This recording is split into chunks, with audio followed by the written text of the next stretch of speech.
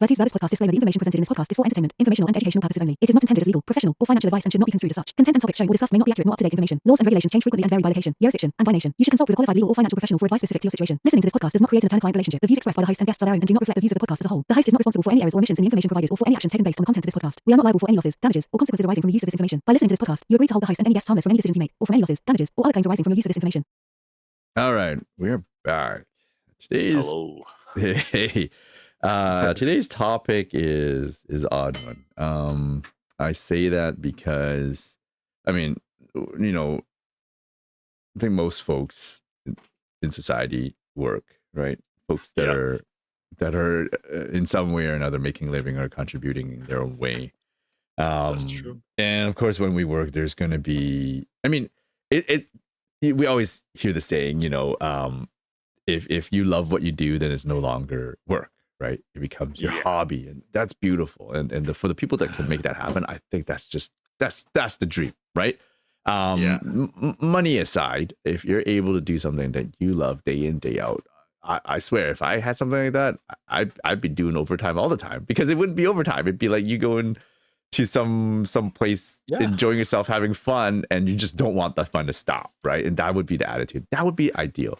Of course, in reality, I think most people, from my perspective at least, don't have the luxury of turning their job into a hobby, and most of us do have to grind for a living, right? There are good days and there are bad days, and sometimes there's some horrible days too.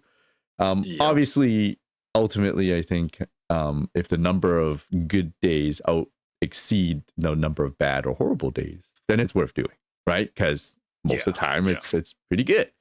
But there will be situations, for individuals that they come to a certain point where they'll realize, this particular work that I do, it's more negative than positive. And then when you do the totaling at the end of the day, you're like, wow, is this still worth doing, right? And I think that's one of those questions that from time to time will pop into people's heads. I'll pause there for a bit, and you can interject. So let me speak a little bit to the part about the hobby part, or not hobby part, but if you're doing something that you enjoy, you're right. The time that you put in is it doesn't matter at that point. I can attest to that. Having done the 9 to 5, and of course my current situation is a big changeover from the 9 to 5. So you're right. There's absolutely merit to that. However, you're also hit the nail on the head. It's a really tough thing to jump from one to the other. If it wasn't for my current circumstances, I wouldn't have opportunity to do so. So yeah, just basically attesting to the fact that it is true. If you do find something you love and you enjoy doing, and money is not a problem to pursue that, then yes, you're gonna have a lot more enjoyable hours when you even whatever it is you're doing. Yeah, for sure. I agree. Yeah, and I think that's all I wanted to add. Thank you. And I think that leads into ultimately where sometimes, depending on situation or circumstance, the work kind of I guess for one way to put it, it is some people will call it, or at least these Bitcoiners will call it, modern day slavery, right? Or maybe not even Bitcoiners, even regular people, because there will be folks where they are dependent on their job. And I mean, which of us that work aren't, right? We need the money in order to put food on the table, have shelter, so on and so forth. It's simple for people to say, well, if you don't enjoy your job, just quit. You can't just quit and not find a job though, right? You still have to quit and find another job, because no one's rich here, right? So that's always the bottom line. So sure, quit for sure. If you're not happy, definitely quit. I fully support that. But I think the other part of the part that's not said is, after you quit, you better go and find another job. Because that's life, right? Hopefully the next one is better, right? And if not, then you keep looking. And okay, that's fair. And so I think as an individual, people will often come to crossroads where they'll have to reason it out, whether they still think their current work is worthwhile or it's not.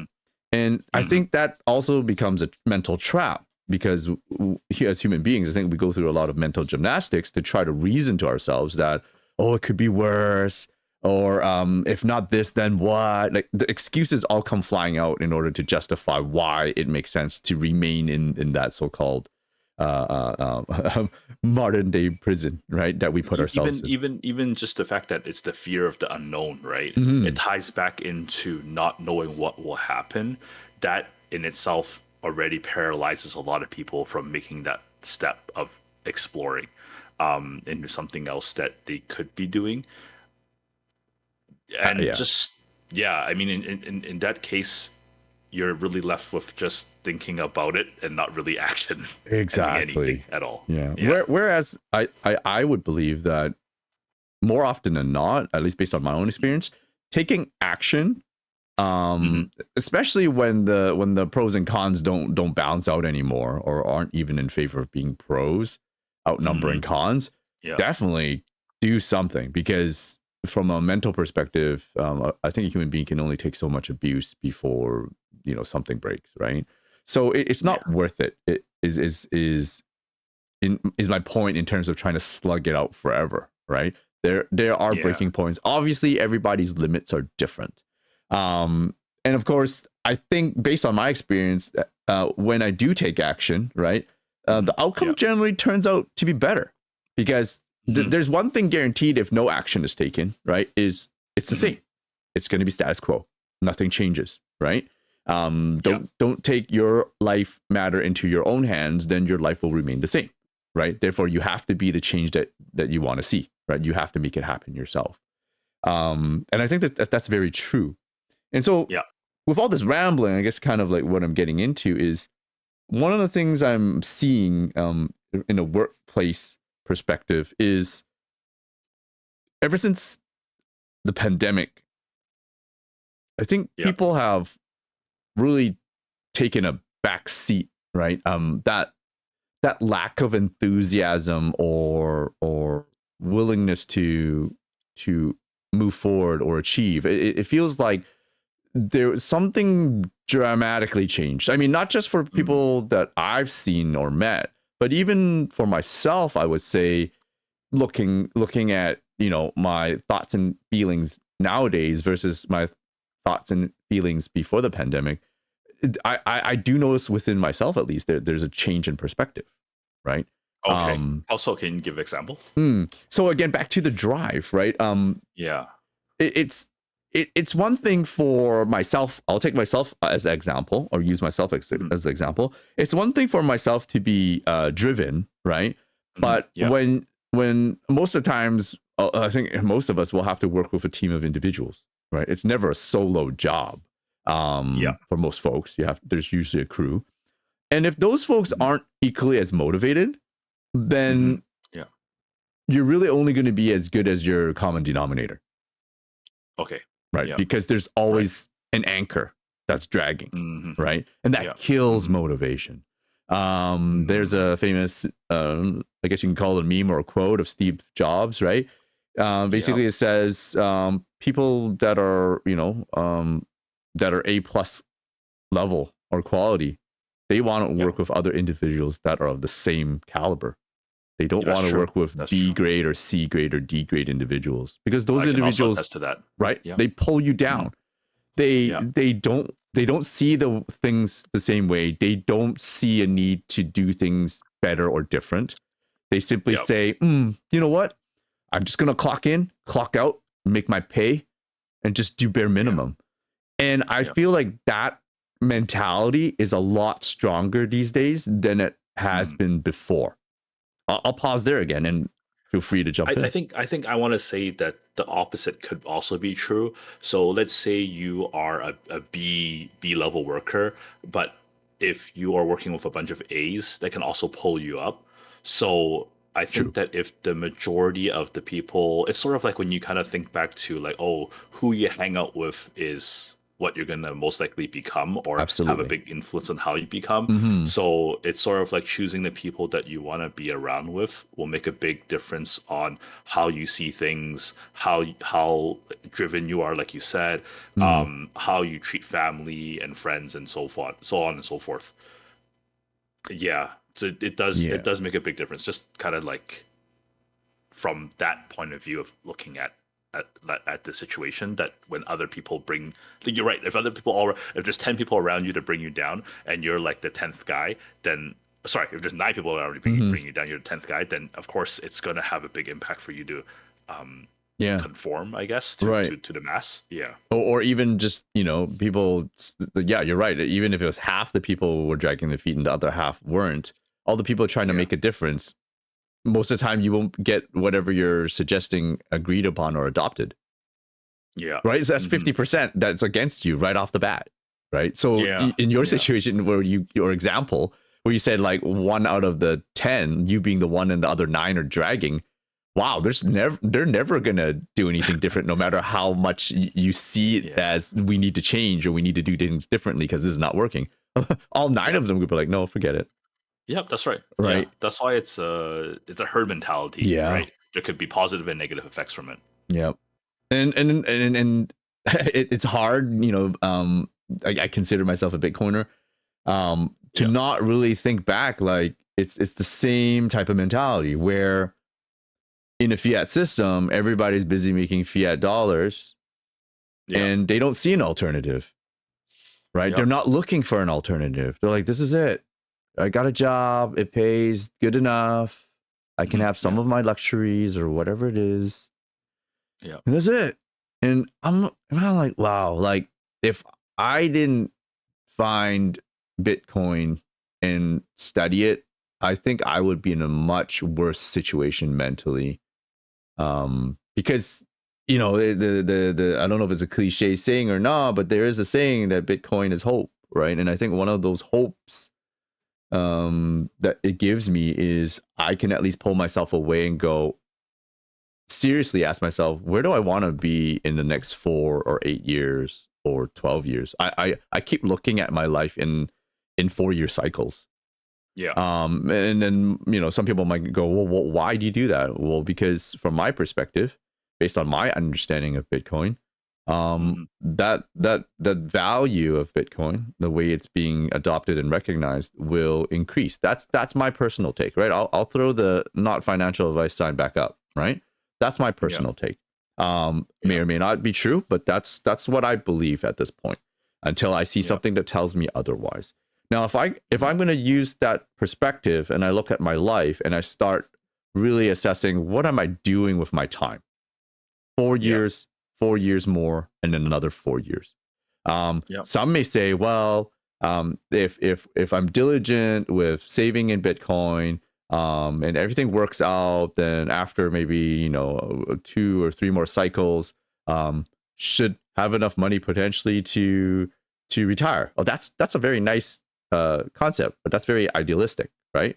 But the reality is, none of this stuff is set in stone. None of this is guaranteed. So obviously, being realistic, I have to assume that may not be the case. What if it takes longer than that? I can't tell how fast adoption is going to be, no matter how much good news or whatever news. We don't know how many black swan events are lining up that we don't know. Are they going to hit one after another, bring the price all the way back down to a certain level, and then we're going to have to potentially wait longer before it climbs back up, right? So those are realities, and I'm not going to lie to myself. So for me to look at how I'm spending my time, I keep asking myself, if the work I'm doing, specifically with situations where people simply are not interested in making a difference, again, I know my options, right? I can simply just get up and leave and hope that the next place I work at has individuals like that. Now, here's the thing. When you go into an interview, maybe that ideally should be one of the questions we should be asking in the interview with the potential employer. How progressive is the team? How would you describe your team members, especially if you're talking to the hiring manager? What are they going to say? I mean, it's sort of like that. It's sort of like that situation where you ask them, like, "Hey, do you guys micromanage?" Of course, they're going to say no. And they're right? saying no, yes. But the personalities will come out the first day you get to work, in terms of how they want things done and how they react to you, and how much actual freedom you get to do the things you want to do your things. To some degree. I think sometimes they hide it really well too, until later on you start to get to know the people. Then you start seeing the cracks in the walls, right? So there's no way to really safeguard that, especially if in the interview no one's ever honest. I've been in interviews on both ends where everybody's, depending on which side you're on, people are just straight up lying, and you don't find out until that person starts work or you start work, and then the team is totally not what was advertised, and then you're like, wait, that's a big waste of time. Now I got to find another job. Oh yeah. Right. Or another person to hire. Yeah, exactly. Or the other perspective of it, right? So it's rough, and so yeah, I mean, Bitcoin aside, I mean, it always boils down to the same thing. Is I get the feeling that these days, and it can be very myopic, I think is the word, where I think, or from based on the interactions I'm getting, people just don't seem to really want to bother anymore. A lot of people seem to be just clocking it, check in, check out, just leave me alone. Maybe they'll get it, whatever they need to do done, especially if you're dependent on their work to do your work. Maybe they won't.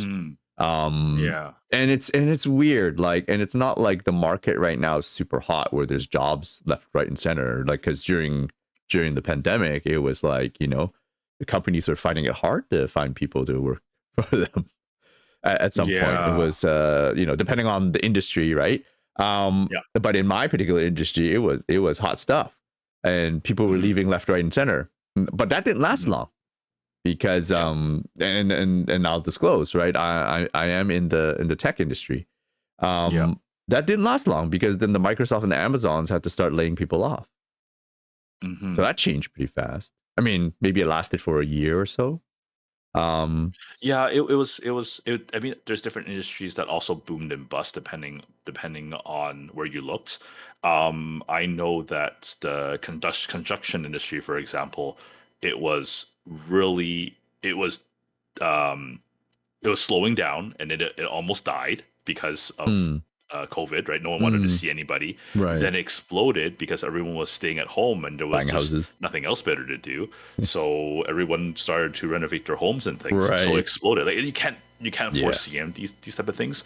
Some industries took it harder than others, like restaurants and so forth. They learned to adapt, right? The ones that could make it would do takeout or delivery and things like that to make it work. You definitely saw a lot of ingenuity during that time as well too, for sure, to kind of cope and compensate for the things that happened. I think a lot of it was using tech to supplement, right? So what you were talking about, restaurants basically being forced to utilize services like DoorDash or Uber or whatnot to get the food to their existing customers. They just aren't showing up anymore, right?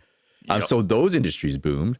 Also, as you mentioned, the housing industry boomed because everyone was staying at home. And everyone decided, wow, there's all this extra money being printed. Why don't we travel anymore? Well, yeah, that too, right? So there's extra money saved from that. Why don't we invest in a bigger house? Because we're going to be staying in it. It's going to be our palace, right? And so there was that mentality, and it definitely, and I think that kind of boils back down to the things that happen and the way, in this case, governments handled it, really have a major impact on not just the economy, but the behavior of the citizens. Yeah, that's right. No, I think that's true. I'm just trying to think back on if there was anything else that changed in terms of Bitcoin wise during that time. I guess people also invested more, right? Or did they? I can't try to think back. They did. Take out? I mean, a lot of people were expecting because there was free money, right? There was helicopter money, stimulus checks that kept getting shot out. Right. Every government was doing that. Everything. Because the fear was, if we don't do it, the economy is going to crash, and they're not going to let the economy die, because if that goes under, then there's no more country. So they're gonna do the next easiest thing, which is print money. Don't worry about it. Kick that can down the road and just keep everybody happy, and just run it that way. And it just kind of just got worse in that sense, because they realized, we can print so much and we're still okay. So what's stopping us from printing a little bit more? Yeah. Right. And there's no check on that. Another interesting aspect, even with all that happening, and obviously I'll talk with my coworkers, and there's still folks that are like oh yeah, like the government's here to help us. And Yeah. look, I'm not an anarchist, right? Yeah, Um, yeah. but at the same time, I really don't think the way governments do things are the most efficient because there's simply no competition. It's a monopoly, right? Who are you competing Well, with? well, I Not mean, I locally at guess that least, right? If globally, sure, there's other countries, but within. uh, Mhm. not that it would happen that easily these days, but I guess like an overthrow of a government would be the competition, I guess, if that Y- ever happens. But yeah, I'm that's sure really unstable that would environments, be right? end Wars break out. days. Yeah, well, Just countries that are more unstable would have that sure. happen. But that would be the only kind of like extreme situation, I guess. But that wouldn't even be competition. Like competition in the defined by No, no, two yeah. existing things competing for market share, right? To establish, Well, would you consider the two parties or three parties that are running for but election or whatnot? they're not actually active. Only one party is ever active at any one time, like in control of the No, yeah, government. yeah, but the if you're looking at a democratic I'm not saying it works Yeah, yeah, perfectly or sure. anything like that, but would that be kind of considered the most closest to competition between two parties fighting for the job of running the country for X amount of years? I would say no, and this is my reason because my definition Hmm. is I look at it from a company perspective. If it was two existing Sure. companies, the customer would be able to choose which service or which product is better and go Yeah. towards that corresponding company. But with a government, Yeah. it's only the party that has been voted in, supposedly, right, with the Yeah. most elective votes that Yeah. come into power. Once they're in power, there is no competition, at least for that duration, whether it's 4 years or for True. whatever True. cycle it is. Yeah. But they did considering it being all fair and everything like that. They did vote. They did select the lesser of two evils. Right. But So they did here's have the a thing. choice. Yeah. It's future looking, just like stocks, right? Sure. We Yeah. vote hoping that the person that is elected will do what they're going to say they're going to do, Sure. right? Sure. Yeah. It's very different where two companies have already established services. So let's say, for example, instead of one motor vehicle branch, there are actually Mhm. two different types, right? Owned by two Yeah. different sides of like one party and the other one's the other party. And in that Yeah. environment, then the motor vehicle branch that provides the best services to the customer would be more popular. And it will also potentially bring prices down because there's competition, which then strives for efficiency. Because for the other side to make money, for example, it would actually have to work harder or be more lean or be more efficient or something, right? But in this case, when the government takes control or whatever party that's elected takes control, they own all facets of the government. There is no other competing thing that they have to deal with. So therefore, from my perspective, that's a monopoly. They simply don't need to worry about anything until the next election when it's time to basically, call for votes again. I think That's my in view, at the least. U.S., there's electoral seats, right?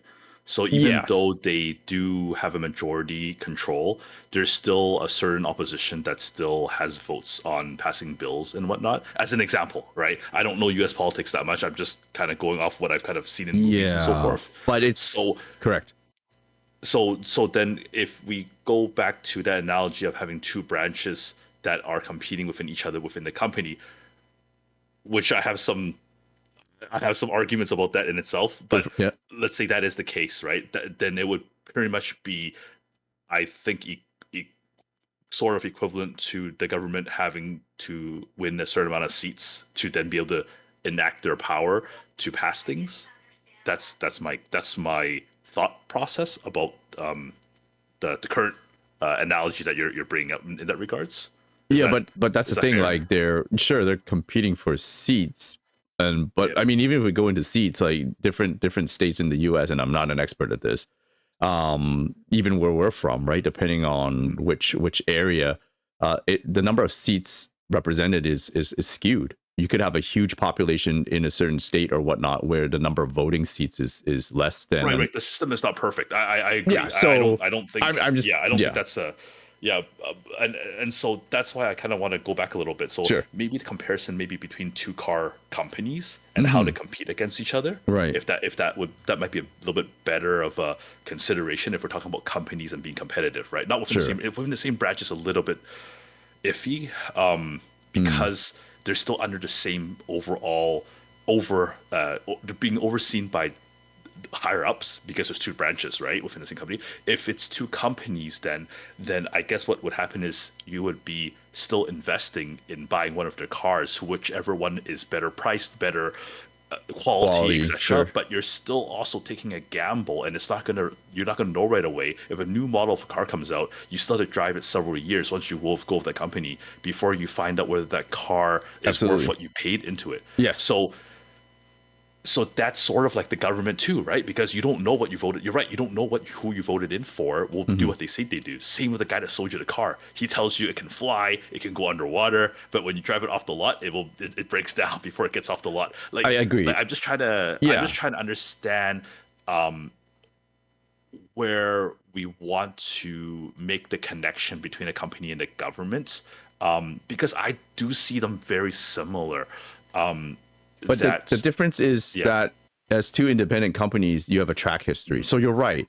If there's a company A and they produce really crappy cars and there's a trend, the likelihood of the consumer going back to company A to buy their cars, knowing that for the past N years it's been crappy, Yeah. they're less likely to do that. Now, your argument might be, well, for a government, that's why we have two different political parties or three or whatever, right? Where, yes, they too have a track history. Yeah, that's true. But the thing is that the people that are in those parties often change over time. And I think the same Mhm. argument could be made for a company too. Well, the people that run the company, the people that run it, they change too. So Yeah. I can see both sides of that argument. Hmm. Yeah, I don't know. I mean, yeah, it I'm not may or just may saying. I'm not just saying. be. Mhm. No, it's fine. I think maybe if we zoom back into um the topic of Sure. people not working the way they should. I think what you were aiming to get down, like if I don't mind me drilling down a No, little that's bit okay. deeper. So it's definitely something within the work environment, right? There's definitely some leadership struggles, or there's some um what do you call it, imbalance in terms of like who's Well, I think actually working yes. well, So I what guess. I'm getting Yeah. at, or what I'm trying to tie in, is because of the fact that, Hmm. from my perspective, right? Yeah. If the money that we earn is not hard money, it's not sound Yeah. money, right?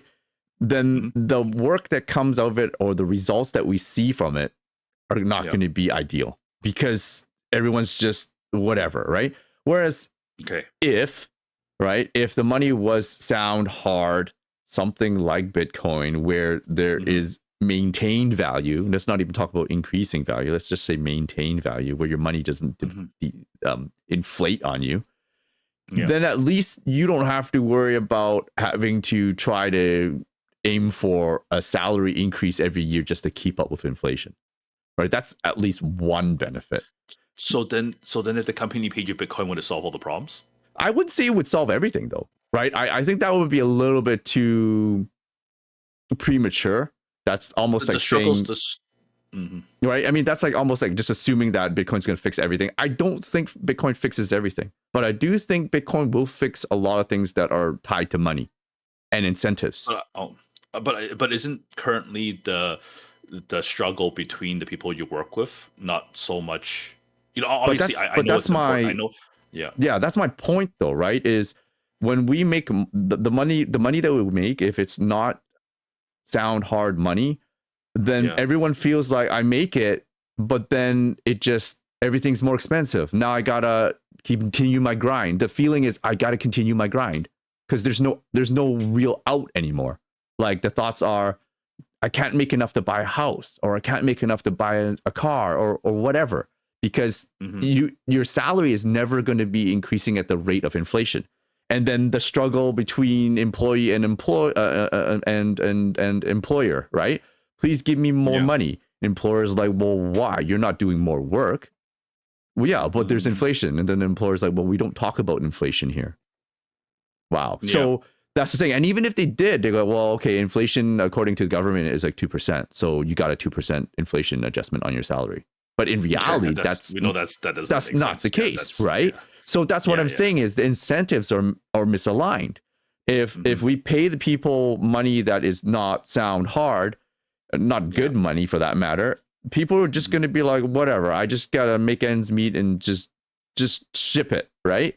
Whereas if people are actually at least paid something where it holds its value, I would say at a minimum, people wouldn't be seeking for a salary increase that often because their money over time would maintain its purchasing value and they wouldn't have to ask for an increase in order to buy certain things or buy bigger or better things, right? They could still actually rely on saving, which is what back in the day when, money was still tied to gold, that was a possibility, right? Because people could actually save. So you could be whichever type of job you want, whether it is, whether you want to be a doctor or a lawyer or whether you want to be simply someone that works at a grocery store.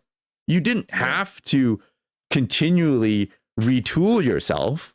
I'm not saying that that's not a benefit, that is, but people weren't forced to do that simply because that their money wasn't holding value. These days, if you don't do something that is at least technically viable or needed or in demand, you end up with a job that either no one wants to do, and therefore that's why it pays relatively good, or you end up with a mediocre job that doesn't pay very well, but it makes the struggle that much more difficult because then you have to basically work hand to mouth, right?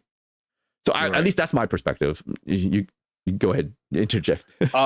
No, I mean, it's you make some fair arguments there. I do agree. I know inflation is a big problem. I don't think as of right now our currency of where we live will go to zero tomorrow, right? There's going to be decay, and it really depends on which country you live in and how fast that decay is. Agree. If it comes down to it, if it were solely to retain the value of what you're paid, then I could say that people are going to go turn around and use all their salary to buy Bitcoin right away. So therefore, it's working alongside of them, even though they're not working, right? Even though they're still making, let's say, minimum wage, which is whatever. Let's say it's a flat $10 for whatever reason, right? Yeah. So yes, they're $10 now. 2 years from now, it's now worth $8, even if they're still getting paid $10. Yeah. But if they invested everything into Bitcoin that they didn't need to buy food and shelter and that kind of stuff, then their investment could have double, tripled of what they would have worked for over a few years of their employment, right? That's fair. That's fine. I mean, that's great. I think it comes down to also one of our situations that we talked about, and which you touched on, which was if you're not well off to begin with, or well off enough to save anything to begin with, because you're struggling with 2 or 3 jobs just to make ends meet, there is no choice for those people to. Or it's very difficult for them to scrounge up enough to just save, right? Right. You're right. And if they saved it and they didn't save it properly, that's even worse, because then it's like, okay, I sacrificed all this, plus I tried to save and I lost it all because I bet it on some kind of random stalker or my friend told me this product coming out is worth $1 million, right? And they lose it all. It's even worse, right? Yeah. The situation is. I think I understand where you're coming from. The job itself, whether or not it gives you a sense of achievement, a sense of purpose, is very important. Yes. Right. And whether or not it pays enough for you is also very important. Yes. And funny thing is, I had lunch with a friend today, and we were just talking about this exact topic. Oh, okay. We were saying how, like, I asked him straight up. I was like, we were talking about basically wages and how much you enjoy your job and things like that. And I asked him, I go, look, if you had a job right now that pay was crap, right? You're not getting paid much. You're making enough to live, okay? But you feel on top of the world, like you're number one in your satisfied, field, right? You're best of the best, right? You feel right. Or would you take a job that was like paid you really good? You could travel, you could do all your fun things, but you hated that job. It sucked, right? Yeah.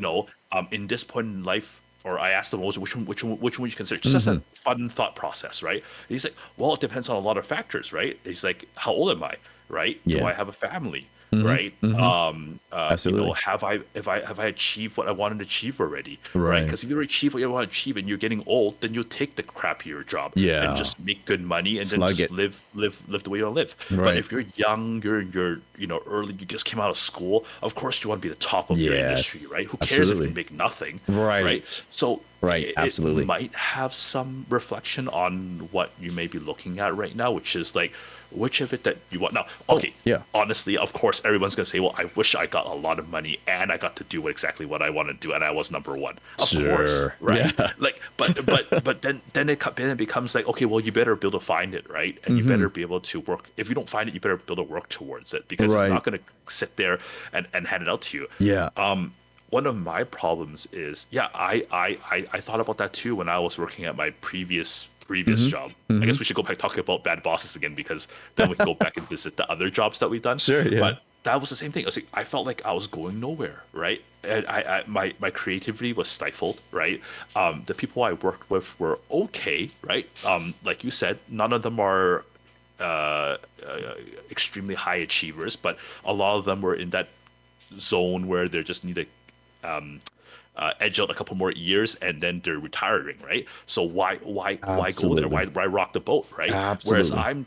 I was younger and I was like, well, this has got to be more to this than that, right? I'm looking at these guys. Okay, great, you guys went through so much, you guys got the Hmm. experience, and you guys got a better salary, and rightfully so. Hmm. But I'm not there yet, right? How do I fit into this picture, right? Right. And it's hard. It's like you just they don't have anything to tell or share with you, right? Yeah. There's nothing Yeah. that they can, even though they're the nicest people, Right. right? Yeah. They want to help Nothing you, wrong with them. but there's nothing they can do because their perspective is like, Done. hey, buddy, I walked the Yeah. walk already. Yeah. It's your I've turn. done my Like time. you figure it out yourself, Yeah. right? I put in my time, right? Yeah. Now I can go live myself. So I think. Yeah. oh yeah, Sorry. sorry, go ahead. Go ahead. Go I ahead. want to echo that, right? 100%. Like Yeah. where a person is in their life is a huge factor. But my argument, and I totally agree. I mean, for some of the folks that are more mature that I work with, where they're Yeah. later on in their life cycle, Mhm. especially if they already their families already, their children have grown up, or maybe they even are in the grandparent age range, right? Yeah. Um, Mhm. they're like their perspective is very different. They're like, leave me alone. I'll do whatever. Yeah. But don't make my life difficult, right? I just want to just Mhm. get to my retirement age. And I'm like, okay, I get that. I get that, right? Yeah. But that doesn't mean those individuals are giving up. Some of them are actually quite like, you know what? If that's what the team wants, then I'm gung ho, right? And that's hard to Right. get, and I appreciate that.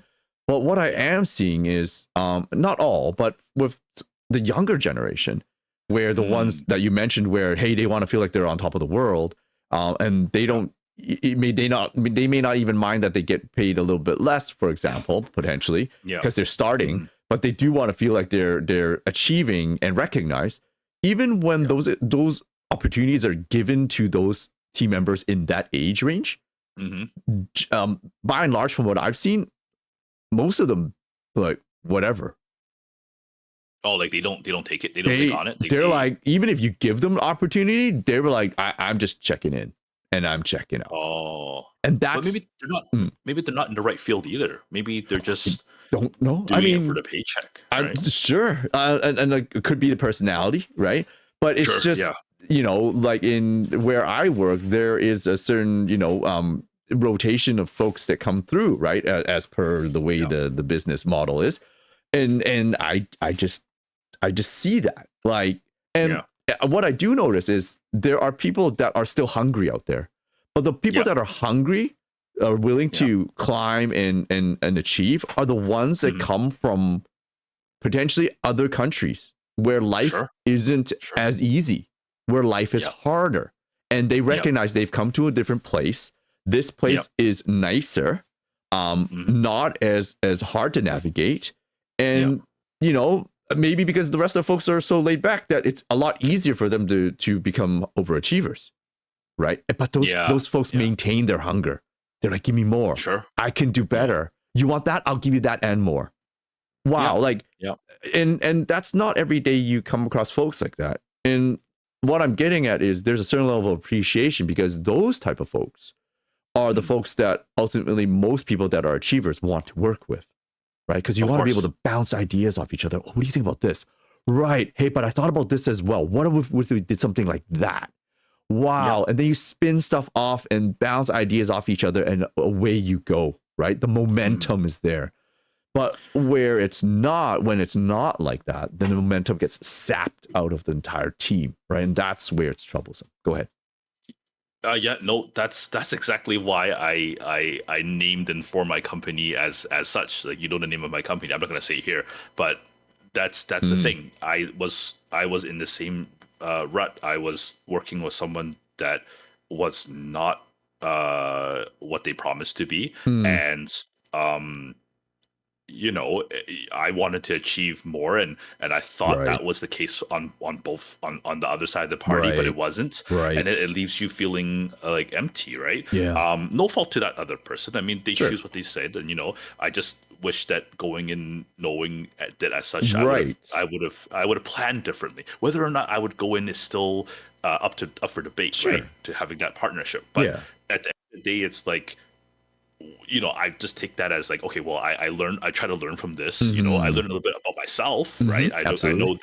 I know that given a situation, because I have a fear. I was like, my fear is like, if I were left to my own demise, will I try to be hungry and try to go after it? Mm-hmm. And sometimes you don't know until it comes, right? Right. Sometimes if there was something in front of you that you need to do, and there's something on the other side, it's like, hey, you want to go and play, whether it's video games or cards or whatever.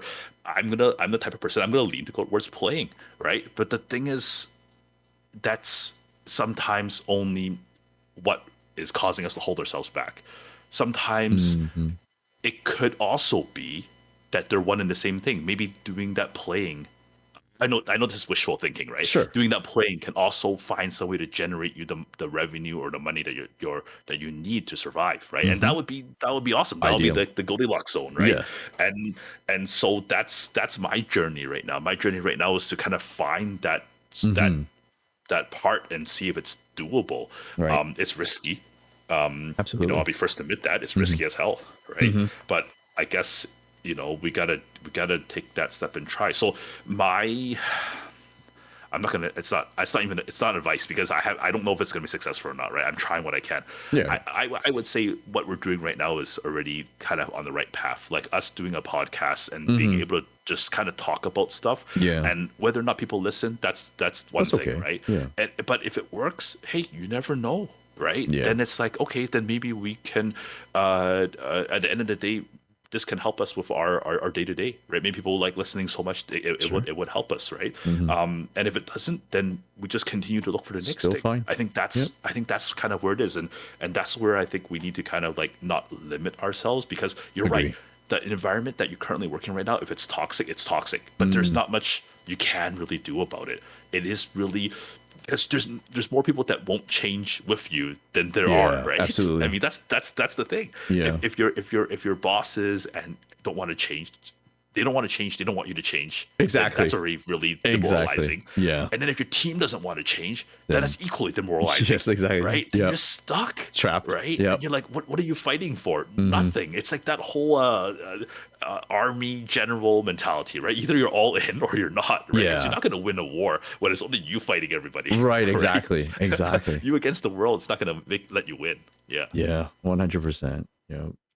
And yeah, I think that sums it up. It's that Yep. frustration, right? I mean, it's one thing Yep. if my mentality was like, hey, I'm okay, I'm here to just check in, check out, I don't care either. That's Yeah. fine if I was the same type, but I'm more of the type, like, I'm a go-getter. I want to get stuff done. I want to solve Of course. problems. I don't want to Yep. repeat the same problems, right? Especially, I mean, if you as a team, Yeah. you've made the mistakes over and over again.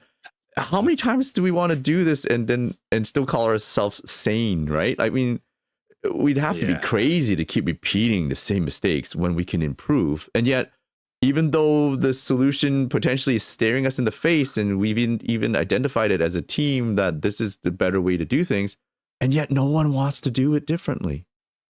Yeah. change is hard, man. It's Change brutal. is one of those things. Even if it's for the better, change is hard. People are innate to their They're what they're comfortable. familiar with, what Yeah. they're comfortable with. Mm-hmm. Routine is Yeah. huge. Yeah. Breaking that mode is extremely difficult. Even if it's just like, hey, take this. If you're still taking the same number of steps, take one step to the right or left. It's still very difficult Yeah. for you to guide or provoke or whatever you want to do, Mm-hmm. to make that colleague to make that change, right? Or person, who cares if it's working with it or not? Them or Right. not. And Yeah. I normally, I think it boils down to, maybe I'm oversimplifying, but there's at least two things that are common. One is Yeah. strike fear, right? So if your boss Yep. is somehow able to fear you or your team, ideally the entire team, then the team will comply. But like for example, Lose your you're job, gonna right? Or lose your something like job if that. you don't do this, and then Yep. everyone's Yep. like, okay, we better do it, otherwise we're gonna lose a job. Okay. Yep. And fear works. We know it works, right? Yep. Same with the pandemic, right? Everyone's afraid of things spreading. Oh, let's all take the shots and all that stuff. We know Yep. it works, right? And then there's the other part where it's incentive, right? Hey, Yep. you do this, you get rewarded, achievements, limelight, recognition. Yep. But what Money, I've power. sure power, yeah. Yeah. But what I've Yeah. noticed is, again, people don't seem to care. They don't care for the carrot anymore. They're like, yeah, well, that's fine. I'll just Is the carrot not big enough? that's also I think a very valid point, right? And that ties it back to inflation, right? If the inflation is ongoing, even if you offered a relatively decent carrot, by the time you factor in the inflation, it still doesn't really equate to much of a change. And I think maybe in part people are recognizing that, right? Like, wow, so if I don't do anything, inflation adjustment is maybe 2 or 3%. But if I'm an overachiever, I can get maybe 10, maybe 15% adjustment or whatever it is, right? But hello, like the inflation, the one that's actually not reported accurately, is easily more than 10%. So how much of a bump are you really getting?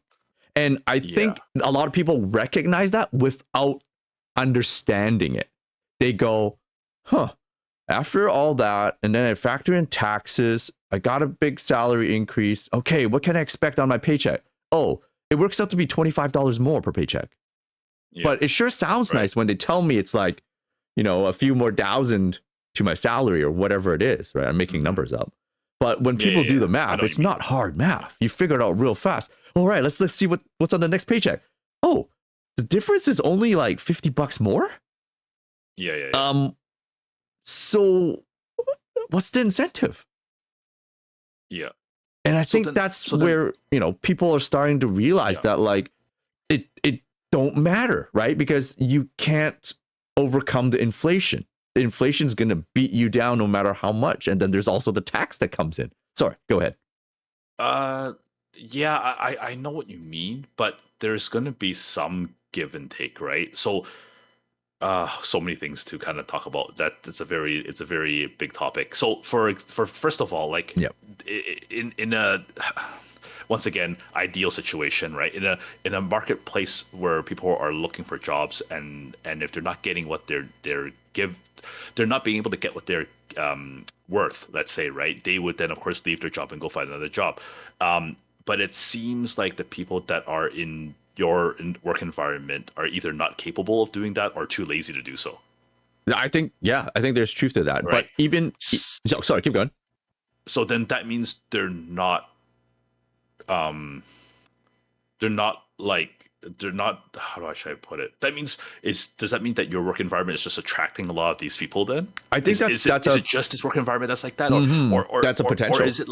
Or is it because, like you said, they can't go out and find another job, not because the market is no longer so heavily it was really good for IT. Now it's not. Now so they're trapped trapped with a lot of before the company tried to hire whoever new IT, for example, right? Sure. And they took whoever on, and now they realize that, hey, these people are like not that good, but they don't know how to get rid of them or can't get rid of them. Yeah. And now you're stuck with like the bunch of like mixed bag of crap, right? Right. Yeah. Right? Potentially. So that's I can see that as that is one problem. Yes, absolutely. And sorry, you were talking about inflation as Yeah. well too, right? Mhm.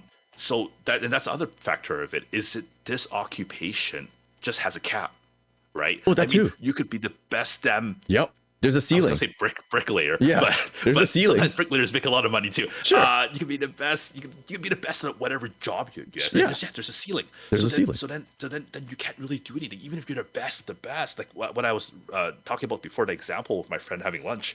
It's like, what are you gonna do, right? So what? Like you're number one in the world, right? But you don't make anything. Mhm. Then what is the next plan?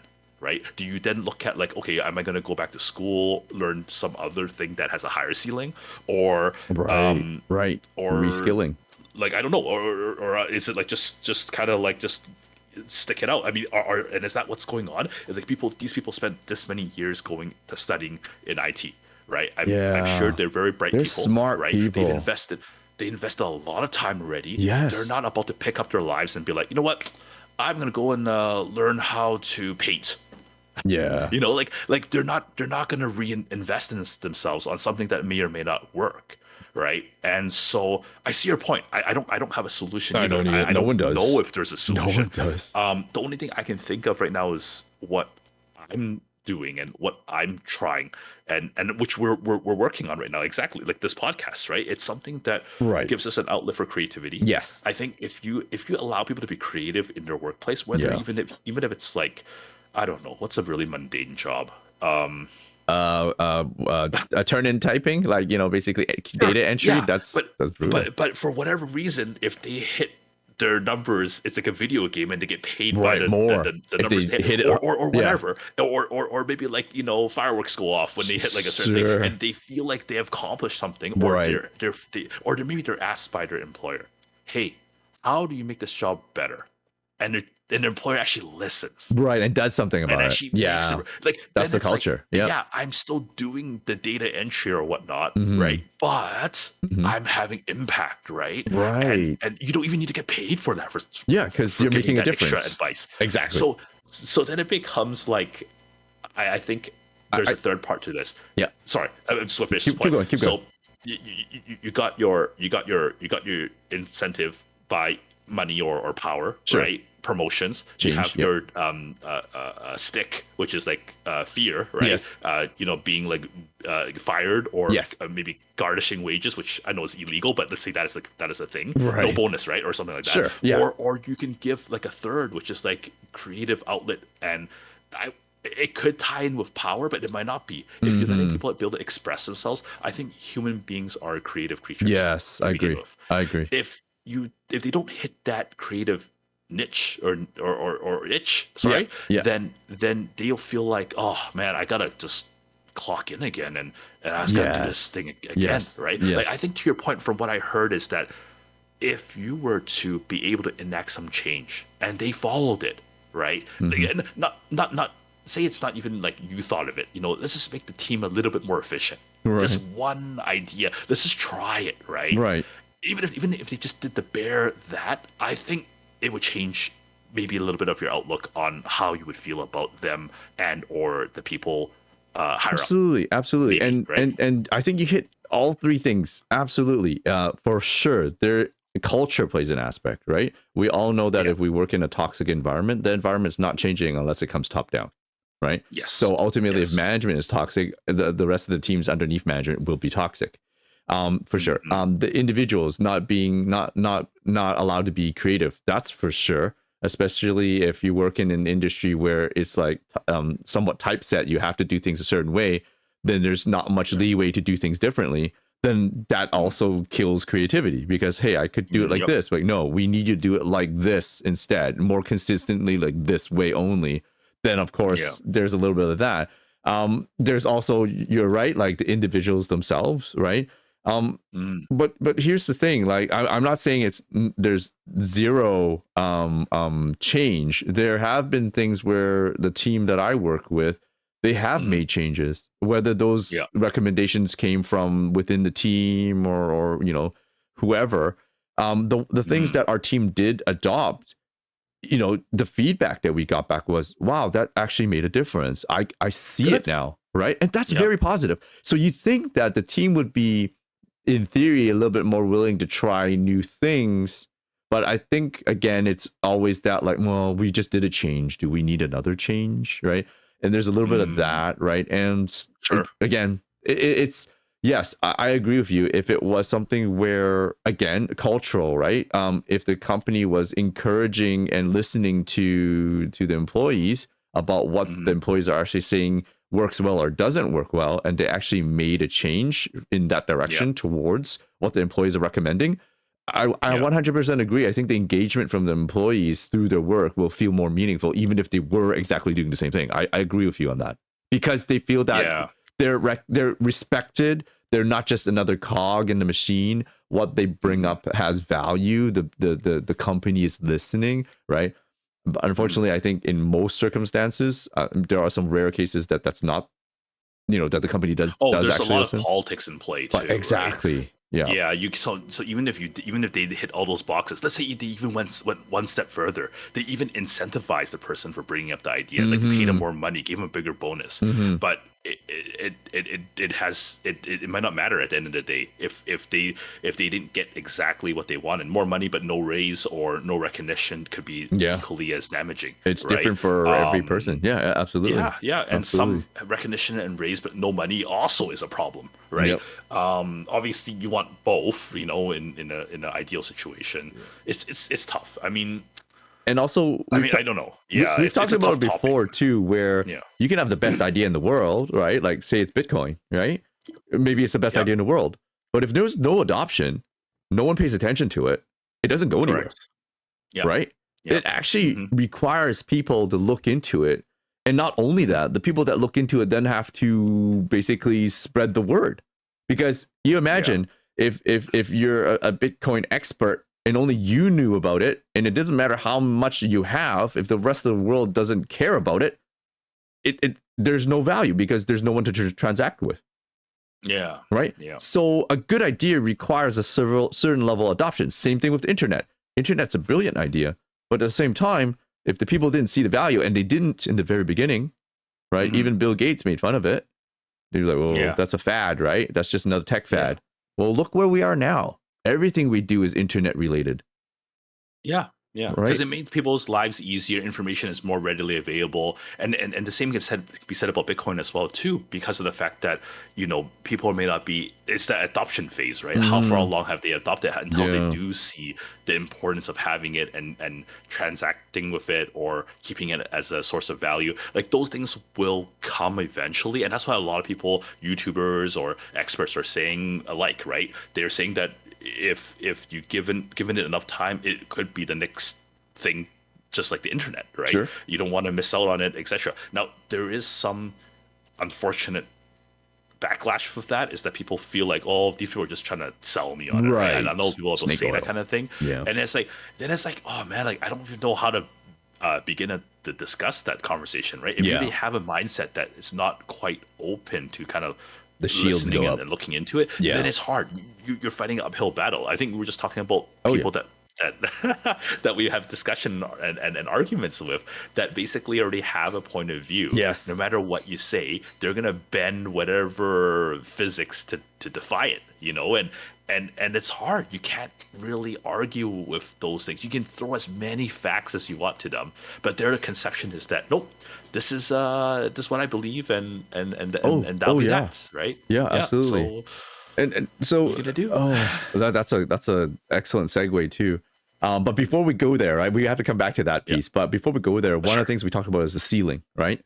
And the ceiling is a very real thing. So let me give you two examples. One, let's say, for example, a person that does whatever, I don't know, we were saying data entry person or bricklayer. Sure. They don't like their job, and they're like, you know what? I'm going to go to a different company. I'm going to do the same role, right? I'm going to be a bricklayer again, or I'm going to do data entry again, and I'm going to ask for a raise. And if you go to another company and they're in need of a bricklayer or a data entry person or whatever, they will offer you maybe somewhere between 10 to 15% increase because they need someone, right? And you can keep jumping, but you're right. At some point, you get to the point where you hit the ceiling of what a bricklayer or a data entry person can make, Yep. And they're like, well, You're this is the capped. maximum. You're capped. That's the ceiling. Yeah. So unless you reskill and learn something or provide some new type of ability or service, no one's going to offer you any more because you've capped out in that particular role. That's one type of ceiling. The other type of ceiling that exists is, believe it or not, within the corporation, once you get to certain levels where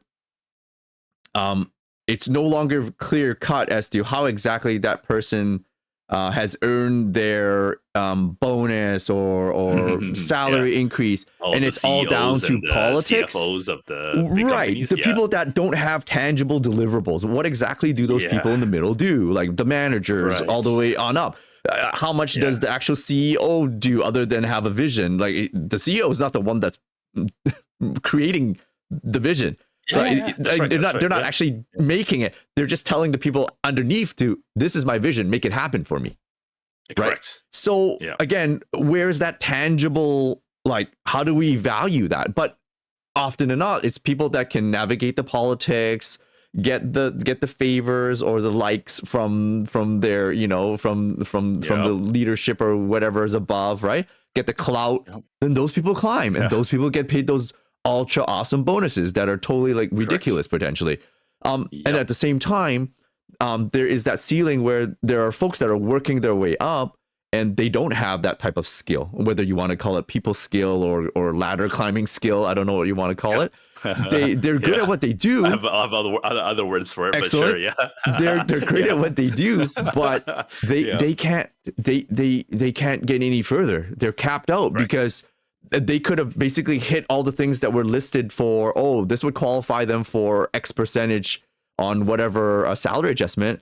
But if there's someone up above that's reviewing it, because it always has to go through multiple gates of a review, right? It's not just like if someone recommends this person, like their manager says, oh, this person should get X percentage increase, this is the reasons why, and give like a whole dissertation on the reasoning. No matter how great and fabulous it is, it always has to go up to the next level for approval. That's just corporate, right? At some point, if it gets to someone up there where there's like, well, every time I dealt with this person that you're saying is a superstar, they rub me the wrong way, or I just don't like the way they look or walk. Wow, that's not getting any further. That you're capped. That's the ceiling. Right. And you can't even see that as an employee. You're entrusting that your manager sees what you do and values it and is able to get across the line that you as an employee, you deserve this level of recognition. But if it gets killed somewhere before it gets to the final signing that, yes, this person should get it, there's no reason given. I know. That's pure politics. Exactly. So that's the other ceiling. There's no way around it. There's no way around Absolutely. it because it doesn't matter what performance that person is. Doesn't matter if that guy's like a superhuman being or whatnot. It doesn't matter at that point, right? It doesn't. It's whether or not he had the connections to get to where he's going to go. I totally agree. I mean, so let's not go into the whole characterization of people that, like, we can say that for another cast. What I kind of wrap, mente I don't, like I said, we don't have a solution or an answer. What is it that you want to see going forward? What do you want to do? Yeah, absolutely. I mean, as you and I both know, that's the reason, one of the key reasons why we created this podcast, right? Is for myself at least, the work that I'm doing, it's not scratching that creative itch. And for one thing, I found Bitcoin, right, for myself. I know how it's impacted my life. I'm still going on that journey. I feel like I need to share that journey because it's not an easy journey. People will often think, oh, you lucked out, you timed it right or whatever. No. I did not time it right. I mean, if I timed it right, I would have bought it right when Satoshi pumped it out. No, I didn't, right? I waited way more than 15 years before I got into it, right? Or no, a little bit less than that. But like, still, it's not, right? That's why I still have a job. And that's why I still have to grind for fiat, right? And I save what I can in Bitcoin. Is it as much as I want? No, because I have family needs. Got to put food on the table, got to have shelter, right? Those are basics. Yeah. Always have to take care of the basics first, and whatever's left over, sure, I'll do my best to save as much as I can. But therein lies a fixed time frame, and that then ties back into where do I see myself for 8, 12 years from now, right? We can plan for the best, but that's anyone can do that. That's just called daydreaming. What we normally do as human beings is we plan for the worst, right? And that's why it requires a constant reflection on, what am I doing? Is it a good use of my time? Is there an alternative, right? And I think that again ties back into this podcast. Is I'm not saying whether this is going to be the thing that changes everything. There's so many podcasts out there. If anything, if we were to wait in a line or a queue, it might not even be our turn, right? But I suspect that there are other folks like us that are going down this journey, and whether they find us or we're able to reach out to them at some point, who knows? But I suspect that this world being so large, there's going to be some percentage where they're like, wow, my life is very similar to these two hosts. And I kind of see what they're talking about, or maybe I disagree with what they're saying, but some of it is agreeable. Right. And we're not here to offer a solution, right? To your point. Is if I had the solution, I would have implemented it already, and I wouldn't be on here talking about it. But I think that's the solution's a suggestion, maybe like a different way of approach. I don't know. There could be. I think to me, my out still remains is, and it seems kind of, I don't know if it's cliche or narrow. Is again back to my point is if I didn't have the understanding and the option of knowing about Bitcoin and being able to save in it. I think mentally I would be in a much worse place. I would basically have to tell myself, find another job or suck it up, buttercup.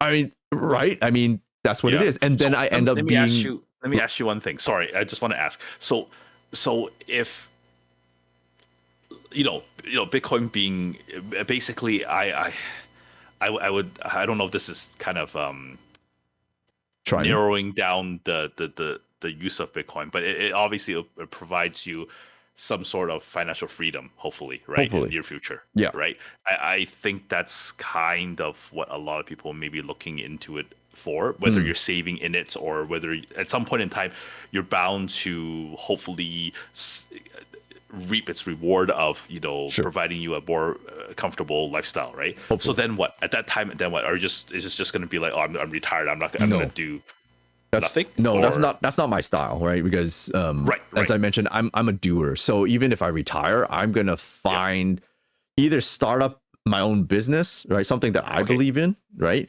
That I've seen a lot of businesses where they do things, and I'm like, that makes no sense, and I don't understand how they're still in business, but yet they exist, right? And I have my understanding that there are zombie companies out there that do what they do and they don't strive to improve, and they'll still survive for a very long time, right? But I sometimes look at those companies and go, wow, if I were to do that, this is what I would do differently. And instead of just thinking that, if I had enough financial freedom, I would go and do it. Right. And then I don't care if I fail, because it's okay, because I have enough financial backing that at that point, if I fail, great, then I'll learn something from it and then I'll improve. Right. And I'll do it differently.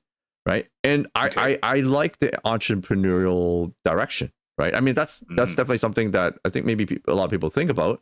I think of all the people I know, you're probably the person that I know has been able to take that path. But even for myself, like I already know what it's like to do a corporate type job or a 9-to-5 type job. Right. That's always kind of been my work history. So I've done that. It's like, hey, I know what fiat is. I was born and have been using fiat up till now. What is different? What can be different? And again, that's what it leads me to is okay, well, for me, different from fiat would be Bitcoin. And those are the reasons why, right? Or these are the reasons why. Same thing. Like I've worked these type of 9-to-5 jobs. I've learned everything I can. Even if I go to a different company, it will be basically a rinse and repeat. I want to do something different. Same industry, right? Right. Yeah. Right. And I don't care if I fail, right? But the catch here is, sure, some people listening go, well, you could do that now. You just like change your life. Yes, but you have to factor in, well, what kind of dependence do you have, right? Do you have a family that you need to take care of? Yep. Right? Like if you have all those things weighing on you as a human being, you have to take care of family first. I don't care whatever else happens. Family comes first for me. So that is a mandatory thing. And I think that's true for a lot of people. Oh yeah, You know. yeah. Even right now, even in the situation I'm in, that's still a worry, right? I mean, because nothing has really been solidified to becoming like so-called quote unquote successful or making it a stable venture. Right. It's a risk, right? It's an ongoing risk. There's a different type of pressure and there's a different way of thinking when it comes to going down this path. Like I said, I don't know if it's going to be successful or not, but my idea is that if it works, then great, you know, then all the better. If it doesn't, then I'm going to go back and like flip burgers, whatever I have to do, right? Doesn't matter. So I just gotta have to kind of do that part, and I totally get where you're coming from. It's because I was in that situation too. It's like you can't just give up a regular paycheck to go in and just try something sometimes, because some of those trying, if you're not all in on it, you're not gonna make it. Yes. Like it won't even get off the ground. Yep. You have for some of them, you really do have to have either a lot of time, or like you said, a lot of money where you don't really care. You can just throw it at stuff and see what sticks, right? So it's sometimes not that easy to just be like, okay, you know what? I'm just gonna quit my job right now and I'm gonna go and do whatever I want to do. I was fortunate or unfortunate enough to land in this position where I can try it, you know, and see where it goes. But you know, like I said, there's a likelihood that I have to accept that if it doesn't work, then I have a backup plan, right? Yeah. Just keep making that Absolutely. that as my goal. Like the goal has changed, right? The goalpost has changed. In that aspect, really is what it is. That's the thing. Like, you know for a fact that you can always return back to a 9-to-5 job because you know what that's like. So there's no fear there, right? And you've done one thing, like for myself, or maybe most people haven't been able to do, is you've been able to take the risk of going the entrepreneurial route, success or not. You learn something from that, and you understand what works, what doesn't from a business perspective, right? Whereas other people just talk about it. Well, no, I mean, right? That's the thing, right? There's always something to learn. There are things that you get to learn that you won't learn working a 9-to-5. Yeah, it's just not the same, right? When everything's on the line, and you know, I think it's a pretty well known fact that most companies don't make money day 1 or day 90. Right? Correct. That's why you need a substantial amount of financial backing to survive and weather it out and find your target customers and audience. The first 2 years, I think at least, the average, because before when I was in banking, we looked at companies that came in, and if they didn't have at least 2 years of history, well, first of all, you can't do any financing for them. Right. They cut that off because they're not proven, right? Yeah. And usually 2 years is the break even point before they start making some. Yeah. And that's just the average. I mean, some hit it off right off the bat. Yep. Some don't even work after 2 years until maybe the third or fourth year, right? Yeah. Yeah, and people just have to dig a hole and just keep going until it hopefully works, right? Yeah, no, just saying, it's not an easy process whatsoever. No, I know. Yeah. And I think that that's where the learning comes from, right? There's no downside to that. Sure, we can fail. Okay, well, you know, same thing. Like day 1, we didn't know how to tie our shoelaces. We either, you know, someone taught us. We had to learn. Not just having someone teach you. You're lucky if there's someone to teach you. Imagine there was no one to teach you. You'd have to figure it out yourself. That's even harder. But when there's actually someone to teach you, you still have to learn it. You still have to put in effort, right? I think that's the topic of this episode is proof of work, right? Is how what does it mean to you, right? Like what does that say about yourself? Like how do you know you're putting in the right amount of work? For some people, they're like, whatever, check in, check out, that's it. Don't care. For others, it's more. No, I want to make something. I want to do something different. I want to be something different. There's a whole spectrum of it, and you're right. There's no answer to any of this. I don't think we're trying to answer. More so simply just to communicate, maybe just to be able to talk about it. I think that's the whole point. Sometimes that's definitely important. I think just kind of it's a bit of a self-reflection as well too. Mm-hmm. Having an understanding of, where you're at, and then where you want to go is sometimes important too, whether or not you can make it there right away, or if you try to make strides toward it, in the future or not. It's a good thought exercise at the very least. Yeah, a very Yeah. necessary thought exercise. That Hmm. fully agree. Fully agree. Yeah. Just yeah, I mean, just to end on a positive note, I think what it is really is just kind of like, be happy, be true to yourself, the cliche stuff, right? Mm-hmm. And if it doesn't, find someone to talk to and see if that helps. I think that was a big Mm-hmm. struggle for me. It's like, okay, I do want to do something creative, Yeah. right? But for me personally, I don't know where the starting point is. Like, what is my next venture? Right. Even though I want to sink my teeth into it and I want to hit the ground running. Mm-hmm. And sometimes it's about opening up and talking to people. Sometimes you don't even know until you say it, right? Right. I think in our culture too, we're afraid of letting people know, where we stand, Mm. who we are. Being judged. Yeah. Yeah, and I'm not saying like you gotta flaunt it, right? No, That's no, not a no. good thing either. I'm saying like just like the stuff that's hard to say, right? Like, hey, Yeah. I need some work right now. Do you have anything Right.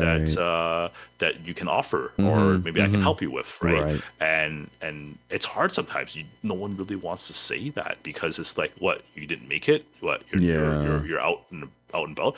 But at the end of the day, who cares if Exactly. that's what it takes you to Yep. say and do?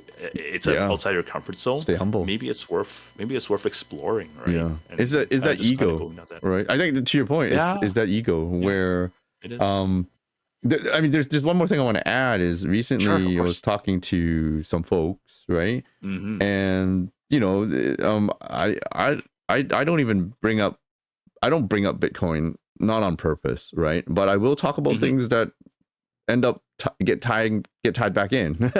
Yeah, it's a good And segue into it for sure. Yeah. yeah, I mean, Hmm. if people want to talk about Bitcoin, I can, but I don't normally just bring up Bitcoin out of nowhere. Hmm. And it seems to work better that way, at least for me. Yeah. And so the folks I were talking to, one of them was saying how they don't think that, it boils down to things we've heard about before.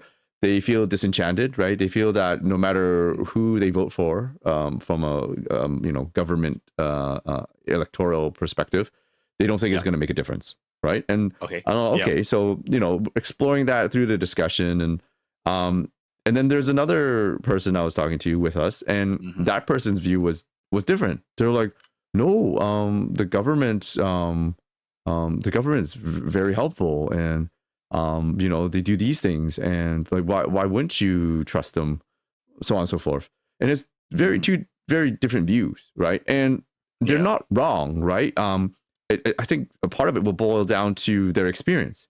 Hmm. If person B, who is in favor of specific types of government or governance, if Yeah. they've seen the benefits of what a good government can do, and there are some that are good, right, that are really Yeah. well run, Yeah. then it would be hard for that person to go, well, how can that be bad? How can it ever be bad, right? We have to trust Yeah. the system. We have to work on this together. We have to, like, we're a team, right? So we got to make sure we believe in our government. Otherwise, it's all going to fall apart. That's kind of that Mm, person's perspective. Person A, on the yeah. other hand, is I've been voting every single year since my legal age, and it doesn't matter who gets voted in. They say they're going to do something, they don't do it, yada yada yada. And I'm sitting there and I'm listening, right? And Yeah. I'll give my input. Um, Hmm. but it's hard for me not to tie it back, or at least provide some counters, right? So for Of person course. B, Yeah. who's in favor of government, yeah, I basically asked, well, it would be nice if the government was able to show us some transparency on what they spend their money on. Because at Yeah. least if that were the case, then we can all collectively as individuals talk about it and discuss it and say, does it make sense for our government, our tax Yeah. dollars, to be spent on X, Y, or Z and in this amount? A lot of Hmm. times the government is not going to tell us what they're spending it on, Yeah. right? They don't even Yeah. tell us how much they print. So, Hmm. but the person B here challenged me and they said, well, I'm sure we can find that information out. Like we probably could request it, some level of Information Act or something like that. And I'm like, okay, well, please go try and let me know what you find out, because I don't think it's going to be at a level where it's so detailed that they'll break down how exactly they're, how many, extra X number, XYZ items that they're buying. Like, they're not going to give us, because they know that if they show that to the public, it's going to just more questions, more cans of worms, right?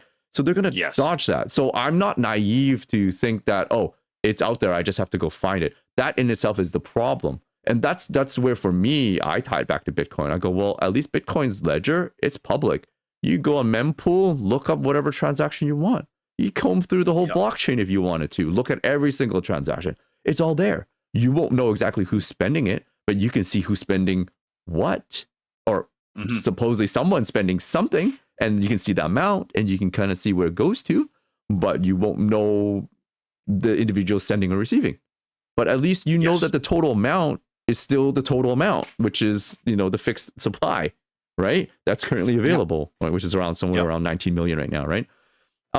So there's that. And so, of course, that person's like, oh, okay. And then the other person A, there's really no argument. There's really no argument to that, because one is fully transparent, right? I mean, it's only pseudo anonymous, but it is transparent in terms of the ledger. So you can't beat that. And then the other person A, was saying like, I it doesn't matter who you vote for. And I'm like, okay, I agree with you. That seems to be the case. So what are you going to do differently? And they're like, I don't know. And I go, well, you could vote with your money, right? And again, they're kind of like, oh yeah, so there's a little bit of that. And so it's a little bit of a segue, but I just kind of wanted, that was something that interesting that came up recently, where I was talking to a group of friends, and those were the type of conversations we were having, and it's just neat. Like, so one is close. I could sense like, well, if you already understand that it doesn't matter who you vote for, then I asked him, and his complaint was, I feel like my tax dollars aren't being spent in a good manner. Like, I'm not getting return on my value. I was like, oh, that's excellent. So my question to that person was, why do we even need taxes then? And then all of a sudden, they pause. They can't give me an answer, right? And of course, person B is like, well, of course we need taxes. How are we going to pay for the schools and the roads and all that? Oh, well, fair. And person A chimed in. They were like, yeah, I'm totally for those things. I'm okay with paying taxes. He goes, my only gripe is when I pay the taxes, I don't know if my taxes are actually going to those things, or how much of my taxes is going to those things. So then it boils back down to, well, if only there was a transparent way of seeing things. Yeah. Right. And it's not hard. I said to person B, in this day and age, even in working in a company where we expense our meal or whatever it is, we have to have a receipt. We scan it using our phone, take a picture, upload it, and we get reimbursed. Well, yeah, but the thing is, this is exactly the point, right? I mean, not to be conspiracy theorists here, but they don't want you to see it. That's why it's not there, right? That's the whole point. Exactly. It's like they do everything. There's going to be, for every one legal or legit way of doing things, they're going to try to think of 10 ways to circumvent it themselves. Absolutely. Right? What was it many years ago when one of the politicians got like a pool or a deck built for them for free? So it's like that situation, right? Yeah, you're right. If he actually did pay for it, he would have a receipt. But when he does a favor with someone does a favor back to them, then it becomes like, how do you track that? Right? You can't, right? So you're right. There are situations where, to your two friends or colleagues that were arguing, yes, everything they say, yes, could be better. But we have to know to some degree that those things will never really change, because they're really just there to benefit the person that's in power, right? And let me tie it all. Absolutely, let me tie it all back. Sorry, cut in. That lack of change is an exact replication of the team that I work in, or any team for that matter, right? It's why there's no incentive to be that transparent. There's no incentive to do the change. Just do 9 to 5, and that's what the government is potentially doing. Well, why should we stop printing? Look, everything's still working. Look, the economy's doing great. Let's just print, right? Yeah. So that's the tie-in. Is we talked about all these tangents, but they're all related. Is what I'm getting at. Is Of course. If it doesn't Yeah. work at the higher level, it's not going to work at the lower level. And the people are sensing it. They're voicing it either through non-action, as in not bothering to do any more at work. Yeah. Or they're partially getting it, like person A saying, hey, I just don't get where my money's being spent. And at the same time, I feel person A is so close to understanding Bitcoin, but person A hasn't spent the time to go and study it. So they can't connect the dots. So they're missing that part. And I can see that. Yeah. Person B, on the other hand, is probably the farthest right now, where they feel there's nothing wrong because everything's worked well for them. So why do I need to change? And again, it ties back into the work environment. Everything was working great. Why do we need to make improvements? I didn't see a problem. Yeah. Therein is the circle. Different environments work for different people. I mean, I could also say that for a person that doesn't think it's working, he can move to go live in another country if he didn't have all the all the responsibilities that he or she may have. Right? They can just pick up and go and live in, like, I don't know, like Dominion Republic or something like that. I don't know, like somewhere that it's fun, that their money goes infinite, basically, because it's worth a lot more, or whatever, right? Or Thailand, exactly. So it really becomes that, do they want to give up this for that and to make it work, I guess, too. And then it always boils down to, well, what's their comfort? Well, they've established themselves here. Oh, I've worked at this job for so long. I know this job. The time and money invested. The time invested. And all my friends are here, or it's not that bad. And there's always reasons, right? Just trade off. Just trade offs. Yeah. So I think that's where I wanted to round it off with, to circle back to the point. Yeah. Cool. Yep. I think it's good. I think we have to have this conversation. It's a good chat. It helps takes things off your shoulders sometimes, and really, I think that's one thing. Like, I want to say back to anyone that listens to this podcast: just talk to someone, right? Talk to someone that shares similar beliefs and ideas as you. Bounce off ideas with them. And then it would surprise you for what kind of response they give you, and to really show you, like, how you see things. Maybe they can correct it. Maybe there is no correction. Maybe you're on the right path. Absolutely. All right, let's stop it there. This is a good one. Sounds good. Thanks a lot.